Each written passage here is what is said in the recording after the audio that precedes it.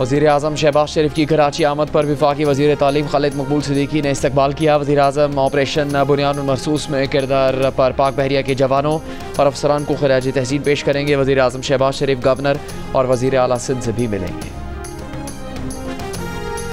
हालिया पाक भारत कशीदगी समेत इलाकाई और आलमी अमूर पर बात करने नायब वज़ीर आज़म और वज़ीर ख़ारजा इसहाक़ डार चीन पहुँच गए। इसहाक़ डार की आज चीनी हम मनसब से मुलाकात होगी। पाकिस्तान, चीन और अफगानिस्तान के वज़ीर ख़ारजा भी बीजिंग में मुलाकात करेंगे। अफगान अबूरी वज़ीर ख़ारजा अमीर खान मुत्तकी कल चीन पहुँचेंगे।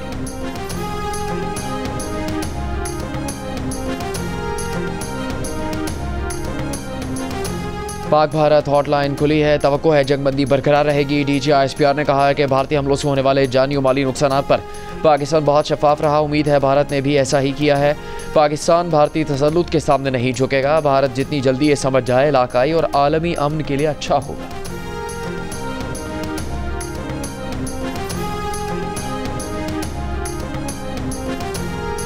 पाकिस्तान ने शाहीन मिसाइल के इस्तेमाल का भारतीय मीडिया का दावा मुस्तरद कर दिया। तर्जुमान दफ्तर खारजा ने दावा बेबुनियाद और मनगढ़ंत करार दे दिया। कहा 12 मई की ISPR की प्रेस रिलीज में वाज़ेह है कि पाकिस्तान ने सिर्फ फतेह 1 और 2 मिसाइल इस्तेमाल किए। इसके अलावा जदीद ड्रोन्स और तवील फासले की तोपें इस्तेमाल की गई।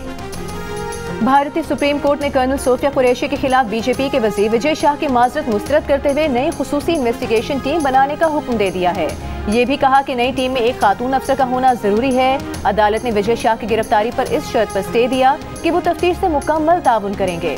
सुप्रीम कोर्ट ने दौरान समाअत कहा कि पूरा मुल्क विजय शाह के गंदे और शर्मनाक बयानात पर शर्मिंदा है। पाकिस्तान से सीज फायर के बाद BJP के वज़ीर विजय शाह ने भारतीय फौज की तर्जुमानी करने वाली कर्नल सोफिया कुरैशी को दहशतगर्दों की बहन करार दिया था।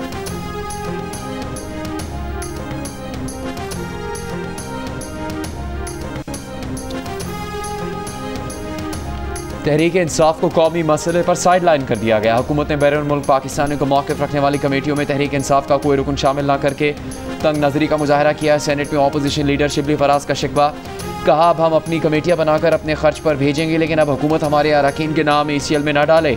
आज़म नज़ीर तारड़ ने जवाब दिया कि हुकूमत के वक्त में हुकूमती और इत्तेहादी अरकान ही शामिल होते हैं। जब पार्लिमानी वफूद जाएंगे तो अपोजिशन अरकान शामिल होंगे।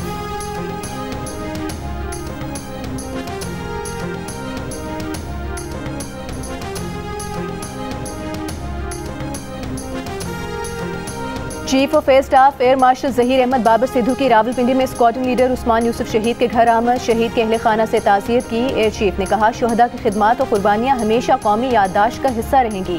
Air chief marshal Zaheer Ahmed Babar Sidhu ने CMH रावलपिंडी का भी दौरा किया। जख्मी एहलकारों के आज़म और हौसले की तारीफ। एयर चीफ ने आज़म दोहराया है कि पाकिस्तान एयरफोर्स हर कीमत पर वतन अजीज़ की फ़ज़ाई सरहदों का दिफा जारी रखेगी।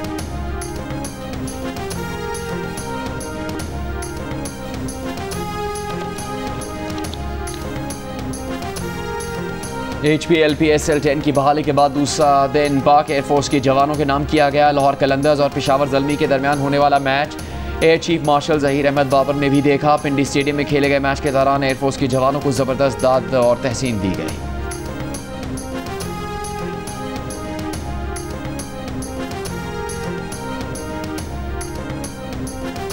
कायम मुकाम अमरीकी सफीर नेटली बेकर PSL में लाहौर कलंदर्स को सपोर्ट करने पिंडी क्रिकेट स्टेडियम पहुंच गईं। लाहौर कलंदर्स की शर्ट पहनी, माहौल को खूब इंजॉय किया, अवार्ड भी तकसीम किए। वज़ीर दाखिला मोहसिन नकवी से गैर रस्मी गुफ्तगू भी हुई।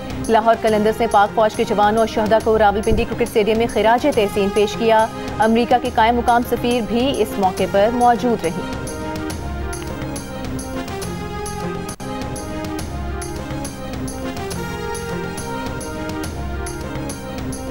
भारतीय क्रिकेट बोर्ड के सेक्रेटरी देवजीत सायका ने ACC इवेंट से दस्तबरदारी की खबरों की तरदीद कर दी। भारतीय अखबार की खबर को गलत करार देते हुए BCCI के सेक्रेटरी ने कहा कि एशियन क्रिकेट इवेंट्स के बारे में अभी कोई बातचीत नहीं हुई। एशियन इवेंट से दस्तबरदारी की खबरों में सच्चाई नहीं, अभी उनकी तवज्जो IPL और इंग्लैंड के खिलाफ होने वाली सीरीज पर है।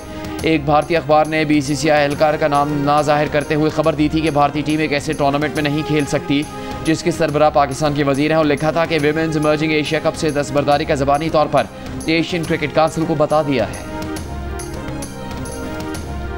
भारत के कायदे हिस्स के खिलाफ राहुल गांधी ने वजीर खारजा जयशंकर का जवाब न आने पर अपना सवाल आज फिर दोहरा दिया है। अपने बयान में राहुल गांधी ने कहा कि वजीर खारजा जयशंकर की खामोशी सिर्फ मानी खेज नहीं बल्कि तबाहकुन है। वो आज फिर पूछ रहे हैं कि क्या भारत ने अपने तैयारे इस वजह से गंवाए कि पाकिस्तान को हमलों का पेशगी इल्म था। राहुल गांधी का कहना है कि ये महज कोताही नहीं बल्कि एक संगीन जुर्म था और कौम सच जानना चाहती है।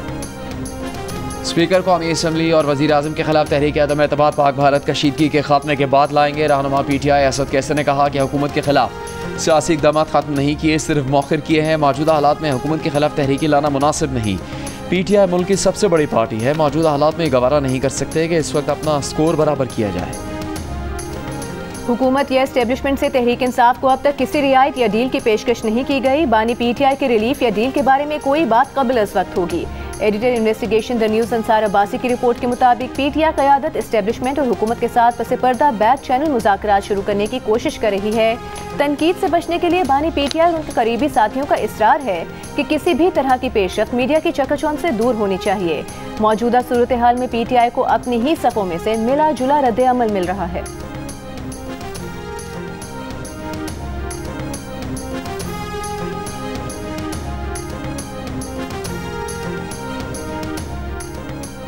किसी हुकूमती शख्सियत का बानी PTI से राबता नहीं हुआ, ना ही कोई मुज़ाकरात हुए, ना कोई पेशकश हुई। मुस्लिम लीग नून के सेनेटर इरफान सिद्दीकी ने बानी PTI से डील से मुताल्लिक़ खबरों को मुस्तरद कर दिया। कहा ऐसी बातें आए रोज़ होती हैं लेकिन इनमें कुछ सदाकत नहीं। बानी PTI से उनकी अपनी ही जमात के अरकान के राबते हैं। बानी PTI जिस जगह पर है मुज़ाकरात या पेशकश के मरहले गुजर चुके। बानी PTI की जानिब से सीज़ फायर का कहा जाता है। हुकूमत या किसी इदारे की जानिब से कोई फायरिंग नहीं हो रही।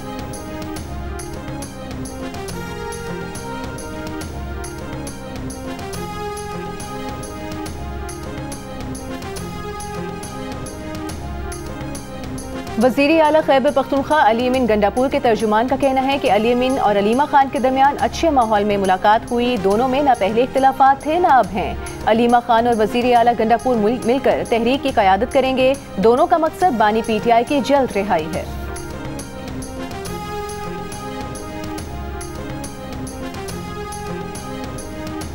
वफाक फैसलों पर एतमाद में नहीं ले रहा। वफाकी वज़ीरों से मुलाकात में MQM ने अपने तहफ़्फ़ुज़ात सामने रख दिए।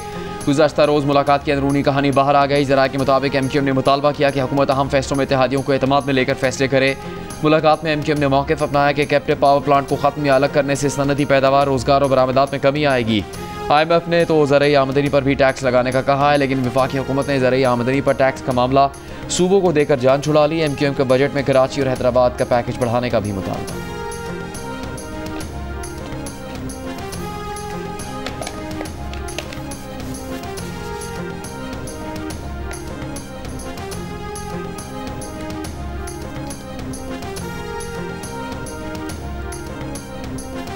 पाकिस्तान की माशी टीम और IMF वफ़द के दरमियान बजट मुज़ाकरात शुरू हो गए। 1 लाख रुपए माहाना तनख्वाह वालों को टैक्स फ्री करने की हुकूमती कोशिशें।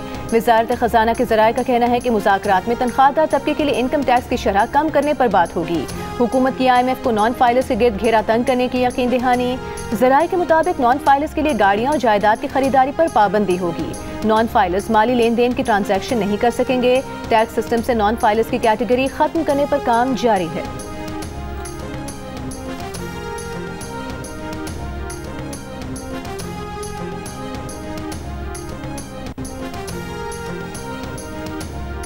कराची में सड़कों, गलियों और तिजारती मराकज़ में गाड़ियाँ धोने के लिए लाइन का पानी इस्तेमाल करने पर जुर्माने की करारदाद मंजूर।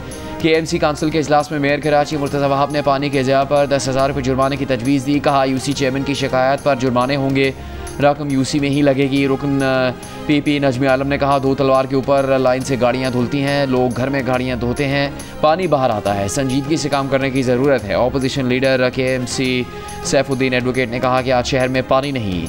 मेयर मीटिंग में 2050 का प्लान बना रहे हैं। K4 मनसूबा 20 अरब रुपये से 200 अरब रुपये तक पहुँच गया है। मनसूबाबंदी के तहत शहर में पानी की लाइनें तोड़ी जा रही हैं। अब हम एहतजाज करेंगे, सड़कों पर आएंगे। मेयर कराची ने कहा आइंदा हफ्ते सिर्फ पानी पर इजलास होगा।